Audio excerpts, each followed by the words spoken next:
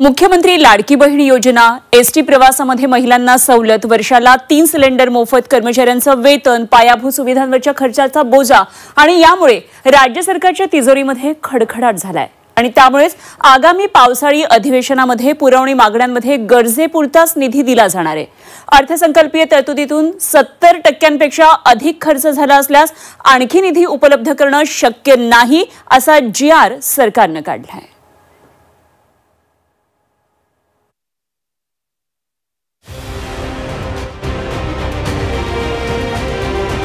महायुती सरकारच्या तिजोरीवरील वाढत्या बोजामुळे राज्य सरकारने खर्चाला कात्री लावली आहे। आगामी पावसाळी अधिवेशनात पुरवणी मागण्यांमध्ये गरजेपुरताच निधी दिला जाणार आहे। अधिवेशनात गरज तेवढ्याच निधीची मागणी करा। अर्थसंकल्पीय तरतुदीतून 70% अधिक खर्च झाल्यास आणखी निधी उपलब्ध करणं शक्य नाही असा GRच सरकारने काढला आहे। अर्थसंकल्पीय तरतुदीतून 70% अधिक खर्च झाल्यास आणखी निधी उपलब्ध करणं शक्य नाही। सन 2025-26 या वर्षात उपलब्ध निधी 31 मार्च 2026 पर्यंत खर्च झाला नाही तर तो निधी अन्य योजनांसाठी वापरता येणार नाही।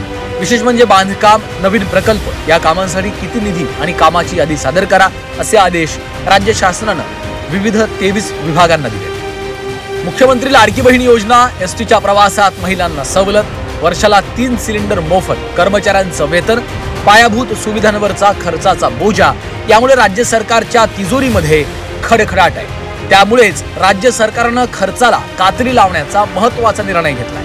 सरकारच्या तिजोरीवर ताण आल्याची कबुली मंत्री संजय शिरसाट यांनी दिली। लाडकी बहीण योजना जर तुम्हाला परिपूर्ण चालवायची असेल तर यासाठी तुम्हाला ही कसरत करावी लागेल आणि सरकारचा मनोदय जो आहे तो लाडकी बहीण योजना चालवायचा आहे। लाडक्या बहीणचं कुठेही कटछाट होता कामा नये, तिला पैसे भेटले पाहिजे ही सरकारची भूमिका आहे।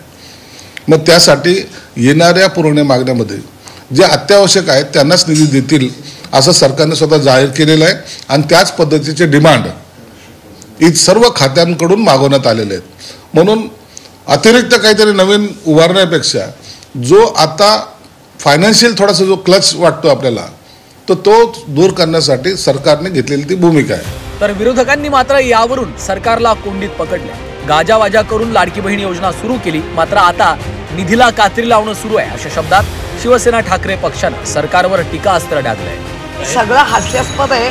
हे सगळं आम्हाला विचारायच्या ऐवजी चला ज्यांनी लाडक्या बहिणीचा मोठा गवगवा केला, 4-4 करोड रुपये त्याच्यावर खर्च केले, तो गवगवा करण्यासाठी सरसकट मग आता सरसकट जर त्यांनी भरले तर आता तुम्हाला का लागते का त्यांच्यावर आता अन्याय का? त्या सरकारी तेव्हा का नाही सांगितलं सरकारी कर्मचाऱ्यांनी भरू नका म्हणून? सरसकट हे वाक्य होती। देणार 1,500 रुपये, गवगवा केला 4-5 कोटीचा आणि लोकांना भुलवलं।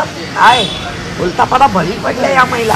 निधी वाटपावरून याआधीही महायुती सरकारमधील अंतर्गत वाद चव्हाट्यावर आले होते। इतर विभागांच्या निधीत कपात केल्याचा आरोपही करण्यात आला होता।